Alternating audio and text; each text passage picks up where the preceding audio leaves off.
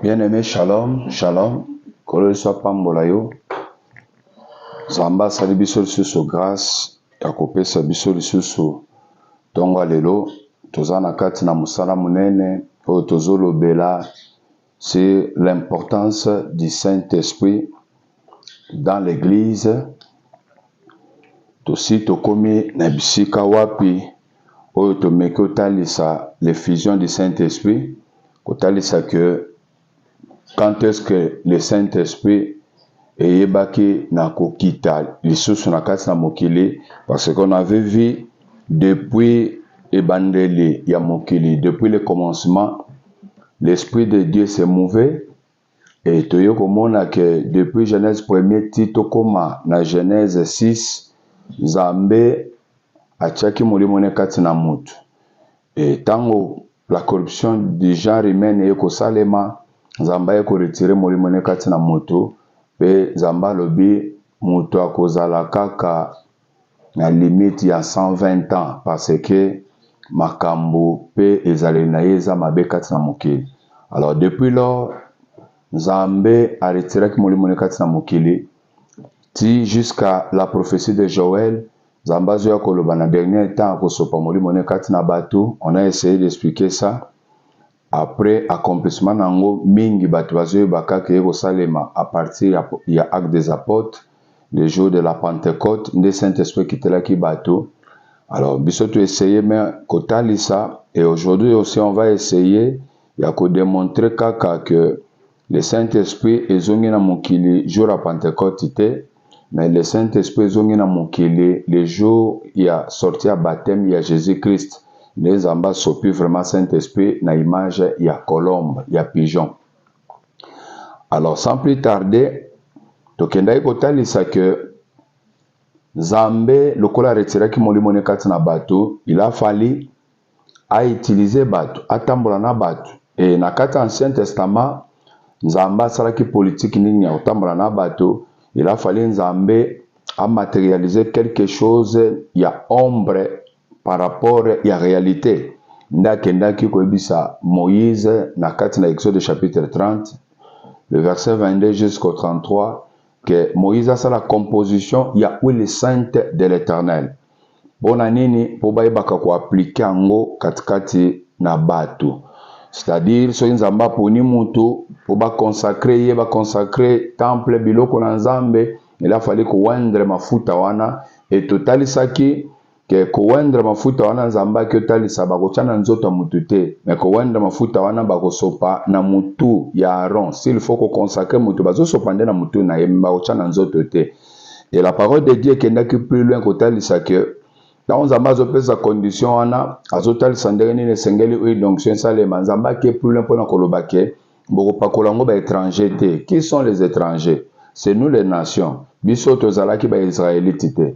Nde toza ba étranger. Nzamba lui bopakola ngo ba étranger te. Donc c'était proprement dit seulement pour les Juifs, parce que mobeko ne Nzamba azotia ngo na kati na Exode, c'est déjà la loi.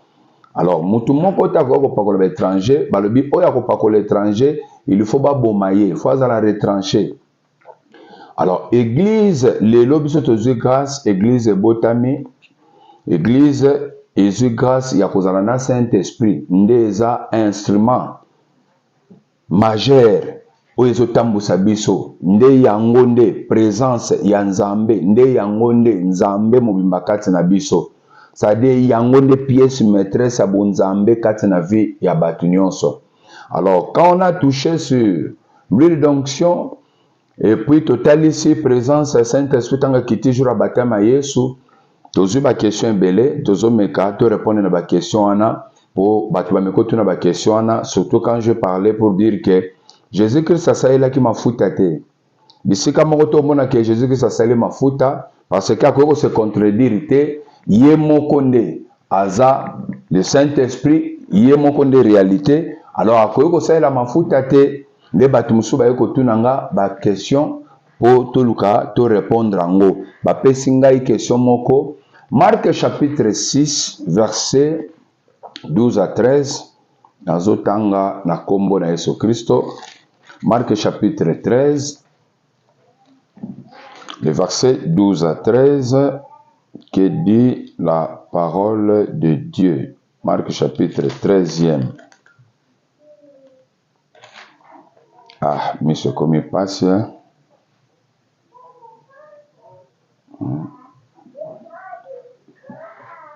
Olimbisa na lukaka na tala awa na kati ya Bible awa bopesa ngai seconde na fongola telefone po na tala awa bolimbisi mwa muke.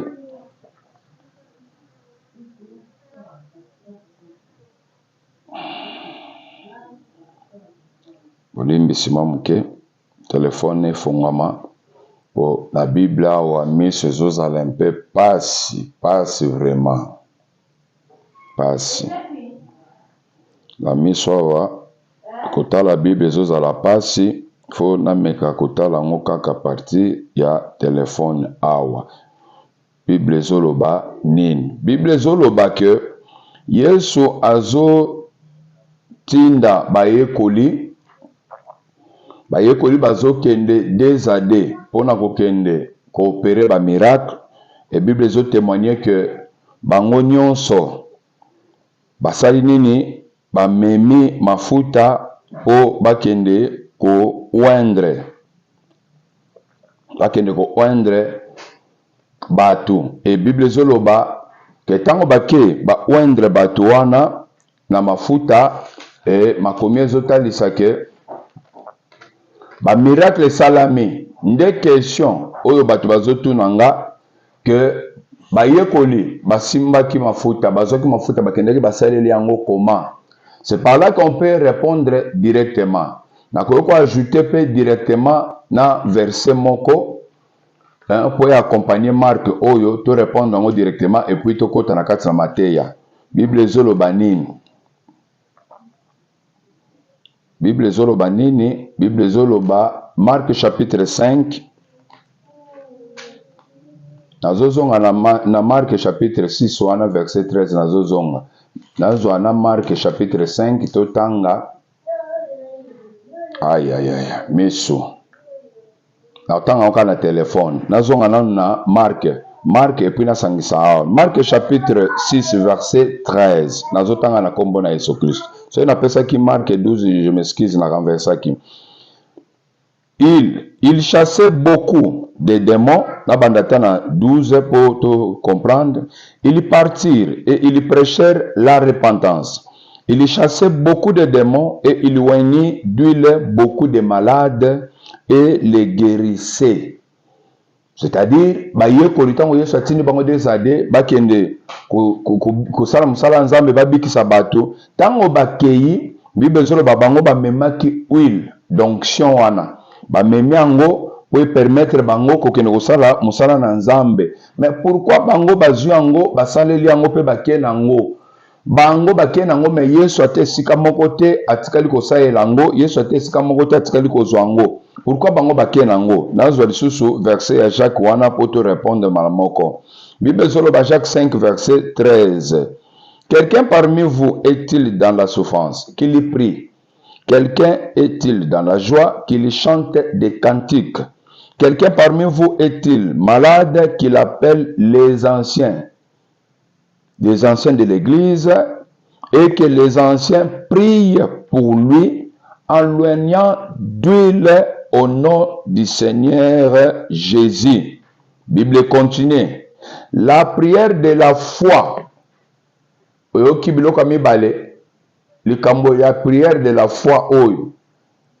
Eze loko mibale oyo Jacques azokende ko ajouter. Pourquoi? Je vais expliquer ça. La prière de la foi sauvera les malades.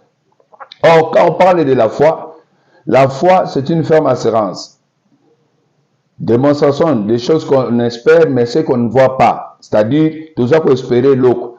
Et la foi, quant à la foi, tu dois prier sans pour autant to simbe loko, mais na kombo na Yesu ndezo sala. C'est-à-dire, awa Jacques a utilisé biloko mbale. Pourquoi na soutenir maman Jacques pour na répondre pe au Italie, Marc, Bible ezotali sabiso bayekoli bakei ba opérer miracle ba pakoli batu mafuta batu babiki bazongi pe pa Yesu. Mais pourquoi bayekoli ba memaki mafuta?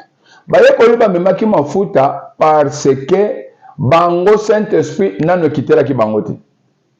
Lokola Saint-Esprit kitela ki nano bango te, outillage oyo ezalaki nano valable pona bango na moment ya transition. Bandeko, Jacques alobelika wilite, Jacques alobela même les animaux étouffés, topé qui saba païen na acte des apôtres chapitre 15 na conférence. Ozokuta ke Jacques aloba makambe belé, apôtre Paul ndayo ko baleya ngo pona ko lakisa ke manger de tout ce qui se vend au marché ko tuna te mais salaka a prière. Paul ndayo ko baleya makambe belé pas on na nzela. Ça dit bande ko na biso oyo bakutanaki na moment moko oyo ba vivre na transition makambo, c'est-à-dire bazana loi Moïse oyo ezotambusa bango, et puis Yesu Kristo kolo na biso aye na événement ya makambo mosusu oyo ye bandi ko diriger bango oyo esengeli bango ba s'adapter ba actualiser makambo ya Moïse na oyo ya sika. Alors baza batu il faut to louer bango makasi, to kumisa bango makasi, ça dit bazwa ki trouble moko mutako ko comprendre ngo te. Alors lokola Nzambe nenga salaka makambo na ye ndenge Bible zoloba Yesu azoloba, il vous est avantageux que je m'en aille. Ce qui n'a kei ndenge consolateur ya so na kete moye consolateur ya te, c'est-à-dire il faut Yesu alongwa pour Saint-Esprit ya ndenge ba ye ko lipe moment ba pasaki ya transition wana, c'est-à-dire ba mikuti bazana makambo oyo ya Moïse basali la kaba d'onction siko ikolo Yesu ayena makambo sika oyo bango fo bayeba na ko adapter nango, mais nanu bayebi te que Saint-Esprit il faut quitter la bango kolo nda bandi ko pesa bango ba promesse wana na kotindela bino molimo papa na kosenga molimo na kosopela bino molimo ainsi de ce jour mosu pa lobi recevez le Saint-Esprit alobi na bango na boye face à face recevez le Saint-Esprit, ça dit bango réalité Saint-Esprit avec yango te, mais moutaye la réalité Saint-Esprit c'est lui-même le Saint-Esprit Jésus qui était devant eux. C'est lui-même le Saint-Esprit Jésus qui était devant eux. Alors lui ne pouvait pas utiliser l'huile d'onction, tandis que lui, la réalité, il était là. Il ne pouvait pas utiliser ça. Alors, ezalaki outillage nanu valable. Dans le moment de transition, on a pour nos disciples qui basent les langues. Donc, on a basé les miracles, yepe réponse peut s'amener bango. Alors, tant que Jacques a joué pour le balissus awa, que moutaza malade, a tenu bisaba comme d'église, ma pasteur basani, ba pakole mafuta, ba endre mafuta au nom du Seigneur Jésus-Christ. Abaki c'est le ko ezalate. Tandis que bango banego ça la depuis l'Ancien Testament, bazo ça la huile d'onction wana, comme Yesu ezalaki te. Comme Yesu basala ngo te ba Moïse no so ba comme Yesu te, ba Moïse no so souhaité ba vivre moment Yesu mais ba vivre ngo te. Nde Moïse a kopesa même prophétie que mkola kotindela bino mutu mususu lokola nga prophète mususu lokola nga bokoyoka ye. Donc c'est ça, c'est-à-dire bango ba vivre une étape moko ezaki très difficile. Alors lokola kolo ye moko Saint-Esprit bango ba yebite, il a fallu ba utiliser ngo. Déjà kakei na moment wana nyos ti Yesu akufi akei tout consort. Na moment wana bango batikali bazo sala musala nzambe na ba débat nyonso bazaki nango na impression makambo bane ko compliquer bango nde apôtre Jacques azoloba azoyebisa ba Yuda bongo azoyebisa bango awa Jacques azosola na ba Yuda po bazalaki nano na système na bango bazosalela wana ya kochaka mafuta wana azoyebisa bango mutaza malade atene bawendre mafuta. Pourquoi? Parce que bazalaki na mafuta oyo ya ko consacrer bato comme kokoma musala ya nzambe ke nzambe ko travailler vers yo ayo ko utiliser yo bazalaki na mafuta o bana ko utiliser na bakande ta ba maladi bongo mafuta wana pe zalaki o bazako utiliser bongo, mais nyonso ya ki composition oyo zo salema epanga nga nzambe pour onction ya Saint-Esprit pour agir. La Bible ce qui place wana zo comprendre réponse na pesi. Alors étape pour bango balekani na ngwana ezaki étape moko ya turbulence ya transition nde baleko ko utiliser ngo, mais le jour oyo bango bayambi Saint-Esprit, le jour au Saint-Esprit kiteli bango réaction ko pakola mafuta ezaki sute po bakutani sikona makama malade batu de fatako bamonaka chapitre Jacques je m'excuse, chapitre Jacques sali ndetse keneti kota suka apocalypse on diende kenaki na suka nde événement de salami bongo par rapport ya ba actes des apôtres makambo nyonso ba Pierre basala kinde tikali ne bandelo ndiye Jacques ndake na suka nde chapitre nkomi na suka nde zo sala ndetse troublé non kaka ndenge ba classer kaka nde Bible nde ba ko classer Jacques place wana mais makambo nyonso actes des apôtres bongo Jacques azaki wapi azaka actes des apôtres bongo na kata actes des apôtres chapitre 15 na conférence. As-tu commentaire par rapport à quoi? par rapport à Makamuka, quand on peut que ça bat, les animaux étouffés, c'était un peu ça. Donc, bah, pourtant, il y a un moment de transition, Makambo, quoi, qu'on trouble Bango, mais, Zamba, ko sali sa Bango, ko tinda Bango, porte-Paul, pour ko régler Makamusus. Alors, tant Yesu, abîmé dans les eaux de baptême, dans la telle saki, na Matthieu, les précédents, ce qu'on t'a dit au Monango, Zamba, sopi Molim. Molim, quitter le Yesu, na signe à colombe, c'est-à-dire, pour la première fois, l'effusion du Saint-Esprit Salema et Salema na kolo Saint-Esprit Yemoko, na Yesu Christ. C'est pas à partir il y a Pentecôte. On me dit pourquoi parce que na bandi na sima pour nous retarder ça même depuis Genèse 1er au commencement l'esprit de Dieu mouvait tout consort. Donc na bandi na musika pour nous comprendre de la loi à la loi et au témoignage, ce que nous avons prêché, été lumière et exalté. Donc nous avons comprendre le Saint-Esprit est ancien des âges. Et ça, je vais soutenir ça même dans le verset. C'est-à-dire, Saint-Esprit et fusion du Saint-Esprit. Mon livre dans Zambé qui t'a mokili. Depuis promesse, oh Salemaki et Père Joël, la colombe là, l'Esprit de Dieu, le Saint-Esprit. Et il y a pour qui t'a lu ce fond le jour où il a sorti à baptême à Jésus-Christ.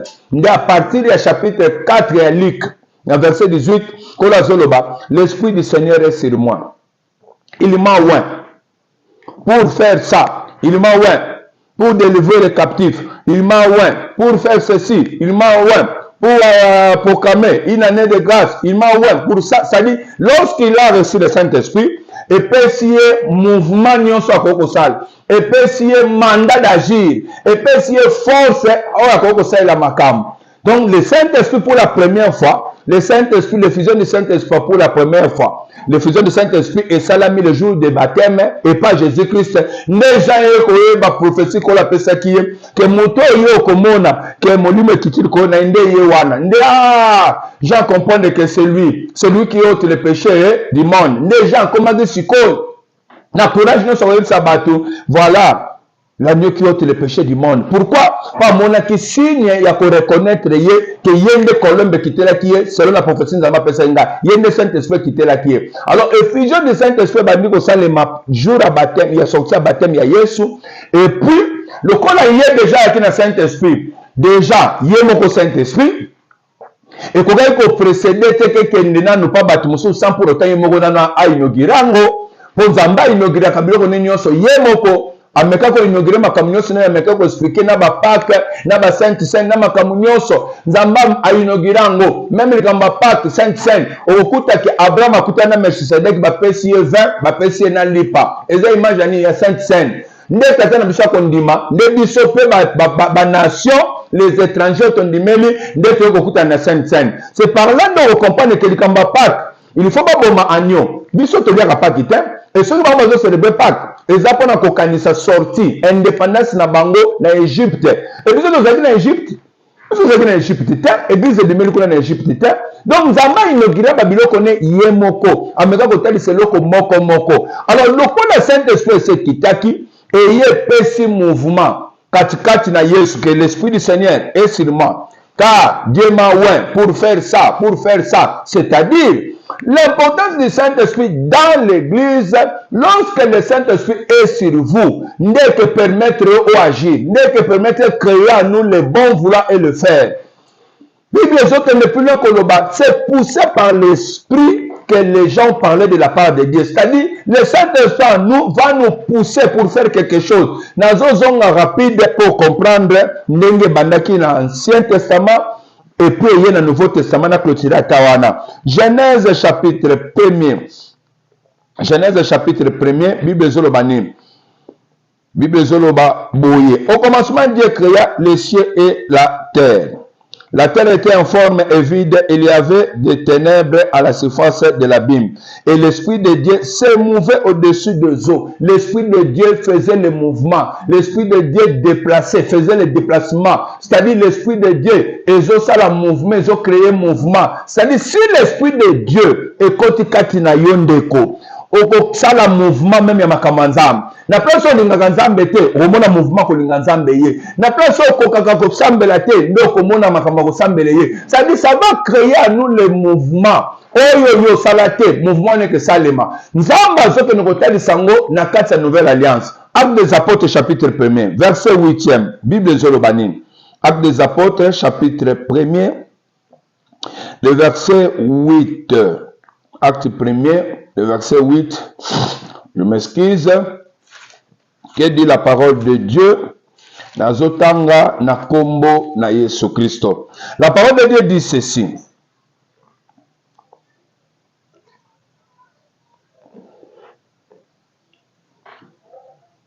Dans verset 7 à 8, il a répondu, ce n'est pas à vous de connaître le temps ou le moment que le Père a fixé de sa propre autorité, mais vous recevez une puissance.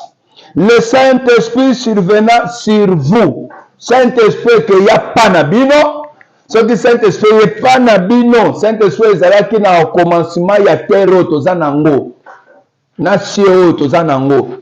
Saint-Esprit n'est pas d'accord sur le mouvement. Ce qui est kati nabino.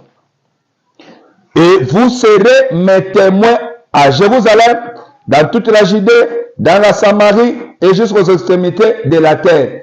Awa bayekoli baye batiki kolo po sala azala enlevé nde bazozonga kola zopesa bango recommandation muta bimate na Jérusalem bozela jusqu'à ce que Saint-Esprit quitte la bino et le Saint-Esprit survenant sur vous, c'est alors que vous serez mes témoins. Vous en avez ça la témoignage à vous en avez que le Kolobelanzam, c'est poussé par l'Esprit de Dieu. Vous en avez ça, au côté de la quête de Moussalanzambo Sala. Saint-Esprit faut bengayo. Ce qui qu'on a bengayo, c'est zéro. Ce qu'on a molimo nzambete, on s'en appartenir na yete. C'est le Saint-Esprit, n'est que créer mouvement katina biso, n'est que ça biso, oyo to ko sala te, poto ko sala ngo. Alors bi sorti Saint-Esprit yé likolo na bino, quand ko kota pa na bino, c'est alors et que ça la ke bozala ba témoin. Bozala ba témoin na nga boko kende na Judée, boko kende ti jusqu'aux extrémités de la terre. Le col Saint-Esprit n'a créé mouvement katina biso, autozaki na ngote, depuis Saint-Esprit quitté la bango le jour de la Pentecôte, et créé mouvement, et ningisi, et bougé bango, et bando panza bango, ne évangile quitté libiso, til le tozana na katina Congo, jusqu'aux extrémités de la terre, à partir du mouvement Oyo, Saint-Esprit Salaki Juruana. Et mouvement na Saint-Esprit Salaki Juruana, et Salaki Sangonanzam, Nabato, Baturiste, Bayaka, en Jérusalem, Bamema Sangoana, et Tamboli, de l'Obisope de Zoteya. Mais aujourd'hui, Makaswana comment? Parce que le Saint-Esprit de Jésus est un Moussibiso. Pourquoi je ça va bongo? Que vous avez mon nanzam, bon bougeté. Ce qui a moi qui termine que permettre de vous faire moussa nangai. Parce que sur le terrain, sur la terre ici, force moussou ces peut exister. Force moussou ces peut exister. C'est le diable, Satan, Lucifer, naba démon, ça peut exister. On a quoi empêcher biso. On a quoi manzambete. On a quoi empêcher biso. On terme manzambete. On a quoi empêcher biso. Tout ça est dans malamute. Alors le coup là, il y a cause à la opposition. Pour biso to réussir ko kenel boso, il faut biso. Tout ça na Saint-Esprit pour permettre biso tout ça la part, tout ça la mouvement to progresser. C'est par là. Or, le mouton se fait comprendre l'importance du Saint-Esprit dans l'Église. Ce mouvement est Saint-Esprit. Ezate katina batu ndo bokuta tozoloba moye mutasala eloko ezate atozo sala boy moye mutakana liboso yate moye batu babongezate moye batu bafonga mezate. Oh, la délivrance c'est le Saint-Esprit qui délivre, c'est le Saint-Esprit qui témoigne. Jésus-Christ nous soutenons que c'est une église, importance nango centrale, c'est le Saint-Esprit. Alors le Saint-Esprit est à nini? Est-ce que ça objet que ça nini? Le Saint-Esprit c'est quoi au juste? Et ça nini? Ce qui m'a parvenu que comme appelle soit naté, nous comprenons la valeur nangote qu'il faut dans Saint-Esprit, qu'il faut Saint-Esprit dans la carte nanga pour celle sanga mouvement. Maintenant le Saint-Esprit c'est qui au juste? Jean chapitre 14, tout sur cette place one. Jean chapitre 14e, azotanga na kombo na Yesu Christo pour permettre biso to silisa awa. Jean chapitre 14, azotanga na kombo na Yesu Christo Nabandi ata verset verset 2 nazotanga. Bon, que votre cœur ne se trouble point, croyez en Dieu et croyez en moi. Il y a plusieurs demeures dans la maison de mon Père. Si cela n'était pas, je vous l'aurais dit. Je vais vous préparer une place, et lorsque je m'en serai allé et que je vous aurai préparé une place, je reviendrai et je vous prendrai avec moi, afin que là où je suis, vous y soyez aussi. Vous savez où je vais et vous en savez les chemins. Thomas lui dit, Seigneur, nous ne savons où tu vas. Comment pouvons-nous en savoir les chemins? Kola le but éviter. Yo Thomas le but. Yo le but nzela yo kende biso toyebi me biso toyebi yango te. Tokoyeba ndenge nini nzela yo zokende. Jésus lui répondit, je suis le chemin, ngande nzela. C'est-à-dire soko yo koti na ngai, nzela ngo kutiango ezande wana. Je suis le chemin, la vérité et la vie. Nul ne vient au Père que par moi. Mututa ko ye pa papa soki pa na ngai te. C'est-à-dire soko ye pa na ngai, okomi pa na ngai, ndo komi pa papa. Okokoma pa papa te so okomi awate. Soko komi ne pa na ngai, ndo komi pa papa. Ngande na za vérité, ngande na za solo. Si vous m'aimez, si vous me connaissiez, s'il vous plaît, si vous me connaissiez, vous connaîtrez aussi mon Père. Soki boyeba kingai. Soki boyeba kinga. Biloko nyonso botuna bonga botuna te. Po boyeba kinga te. Soki boyeba kingai. Si vous me connaissiez, vous connaîtriez aussi mon Père. Pour ne pas boyeba tata nanga, mais pour boyeba nga penzate, vous comprenez nga penzate. Et dès maintenant, vous le connaissez et vous l'avez vu. Dès maintenant, vous le connaissez. Ce qui boyeba kinga, bonga boyeba pe tata nangai. Kasi sikoyo boyebiye. Vous le connaissez et vous l'avez vu. Sikoyo boyebiye, boyebi nzambe pe vous l'avez vu. Ah, quand le beloko et ça lui sous scandale. Libosa le baki, je suis le chemin. Et tout ici Thomas. Quand il y a le sous, si quoi vous avez dit, ce que vous avez dit, vous avez tata nangai. Ah, ok. Si quoi, il fallait que tu tata. Il dit, si quoi vous avez dit. Ah, si quoi vous avez dit tata ngo. Oh, comment tu as dit? Car c'est pas bon niet. Oh. Mais tata esprit to moni ndeni ndenge na telemi ngande tata nde bomoni ngande tata ndenge ni ozoloba bomona su tata nde tungisi Philippe lisusu a ramassé lisusu kolo na question. Philippe azoloba nini? Philippe lui dit, Seigneur, montre-nous le Père et cela nous suffit. Jésus lui dit, il y a si longtemps, à répliquer sur pas Philippe, il y a si longtemps que je suis avec vous et tu ne m'as pas connu. Ça dit, bino, papa. Papa. Comment Philippe, celui qui m'a vu, a vu le Père. Comment dis-tu, montre-nous le Père? Ne crois-tu pas que je suis dans le Père et que le Père est en moi? Les paroles que je vous dis, je ne les dis pas de moi-même. Et le Père qui demeure en moi, c'est lui qui fait les œuvres. Croyez-moi, je suis dans le Père et le Père est en moi. Croyez du moins à cause de ses œuvres.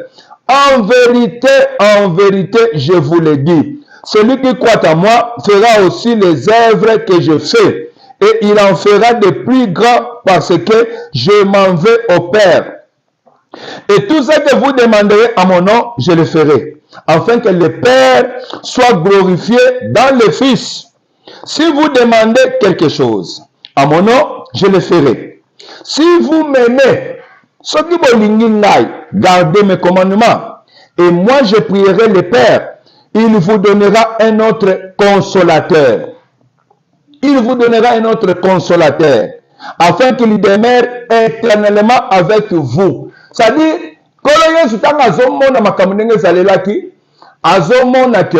il a fallu opération que permettre que le Saint-Esprit a demeuré éternellement. Parce que il y a une carte temporaire, il y a 3 ans et demi, et puis à longue accueilli. Alors, pour pas travailler bien, ce qu'on a chapitre, je vous révélerai, Azoluka, aya siko comme l'esprit, pour permettre aux ala à tout moment, partout, na kata batunion so o bayambi yesu, na bomo inabango, pe bazana Saint-Esprit. C'est-à-dire, le Seigneur faisait des choses avec beaucoup de sagesse au bateau pour comprendre. Mais quand on a besoin d'enquêter, moi, il y a des attentes pour Saint-Esprit à vivre éternellement. L'esprit de vérité, c'est-à-dire, si vous avez le Saint-Esprit, il faut en la vérité.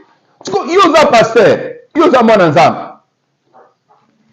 la vérité, comment? Il faut se poser des questions. Est-ce que j'ai vraiment le Saint-Esprit? Si vous avez le Saint-Esprit et surtout que vous êtes pasteur, vous avez le Saint-Esprit. Aujourd'hui, il y a une fausse doctrine comment? Aujourd'hui, il y a une makamama bendengeni. Aujourd'hui, il y a une erreur ndengeni. Pour le Saint-Esprit, il y a aussi le travail wana nyos. Ako mema biso na vérité nyos. Ako mema biso na mabe. Ako mema biso na oye sengeli. Yosi koza papa pasteur, mozo kutozo lesa batu pa que tu lelo.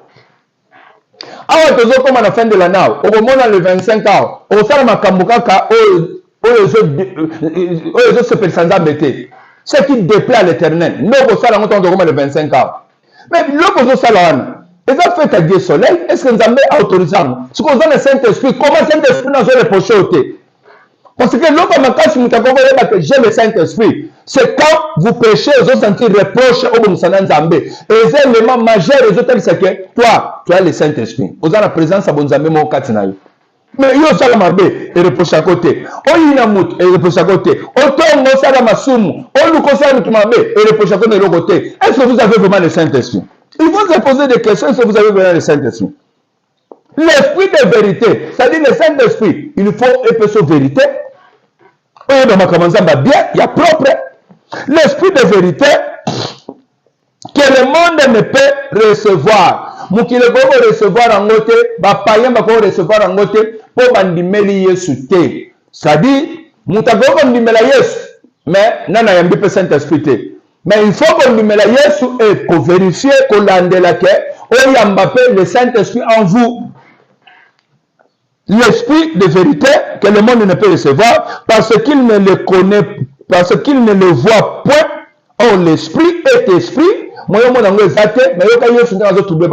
Parce qu'il ne le voit point et ne le connaît pas. Mais vous qui, mes disciples, vous avez matière nangai, vous avez formation nangai, mais vous le connaissez. Bino boyebi Saint-Esprit. Oh, moment yesu azolo bana bango nano effusion du Saint-Esprit salamité pona bango. Mais premièrement, c'est ça qui pona yesu le jour à sortir ya baptême na ye. Nano Saint-Esprit quitter bango te nano ba sali connaissance na yango te, mais yesu azolo bisa bango. Au juste le Saint-Esprit est nini pour comprendre nango bien, pour comprendre l'importance nango. Vous le connaissez car il demeure avec vous. Ah, mais il faut jouer à Pentecôte. On a dit que le Saint-Esprit joue à Pentecôte. Mais nous déjà. Oui, je vous dis qu'il demeure avec vous. Il demeure avec vous et il sera en vous. Dans cette alliance, il se posait, mais awa, il sera en vous. Quand on parle en vous, c'est-à-dire dedans de vous. Dans un magasin, c'est la bino Saint-Esprit. Et que ça n'a qu'à bino, alors moi Tristan Ngote, peut tenir esprit wanate. Je ne sais pas si vous comprenez. Moi Tristan Ngote, peut tenir Ngote. Ça dit le Saint-Esprit, vous le connaissez, car il demeure avec vous. Azongu melana bino awa en bas, batalani. Mais un esprit, neni azomonana, à quel plus loin. Alors bino bomoniye. Pour azongu melana bino, pas kozala nabino, pas kofanda kati nabino. C'est-à-dire, le Saint-Esprit, c'était qui? C'était Jésus lui-même. C'était la présence de Jésus lui-même. Maintenant, comme c'est lui-même Jésus, il a fallu opérer seulement. Le Père a glorifié le Fils a glorifié le Père. Il faut Saint-Esprit a commis le belaye, a rejoint Yesu pour kumisa Yesu, pour glorifier Yesu. Ne chemin ça le mat. Le corps de Saint-Esprit n'a pas voyagé à Souka. na moment ya Saint-Esprit que ça là que et permettre Yesu kozala partout dans le monde. Pour ceux qui Yesu aza kaka na Jérusalem, c'est kaza na Congo te, c'est kaza na France te, c'est kaza na États-Unis te. Parce que Yesu azala partout. Malamoko, il faut battu. Bandimela Yesu pe ba yamba le Saint-Esprit, l'Esprit de Dieu kota kati na bango la personne de Jésus, n'est que permettre Nzambe azala pe partout à la fois. Bisika nyonso a partir du Saint-Esprit, mutu nyonso andimeli Yesu aza na Saint-Esprit, Nzambe aza koto wana, Nzambe aza place wana. Nde politique Nzambe asalaki. C'est-à-dire le Saint-Esprit c'est quoi? Ce Saint-Esprit, c'est qui? Le Saint-Esprit, c'est lui-même Jésus-Christ. Or, le Saint-Esprit, c'est lui-même Jésus-Christ.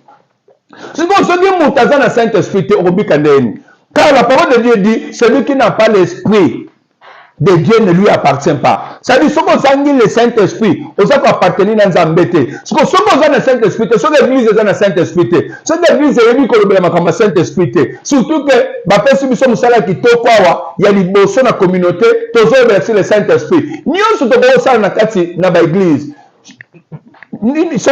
C'est le Saint-Esprit. Nous sommes dans la parole principale. C'est le Saint-Esprit. C'est la présence de Dieu.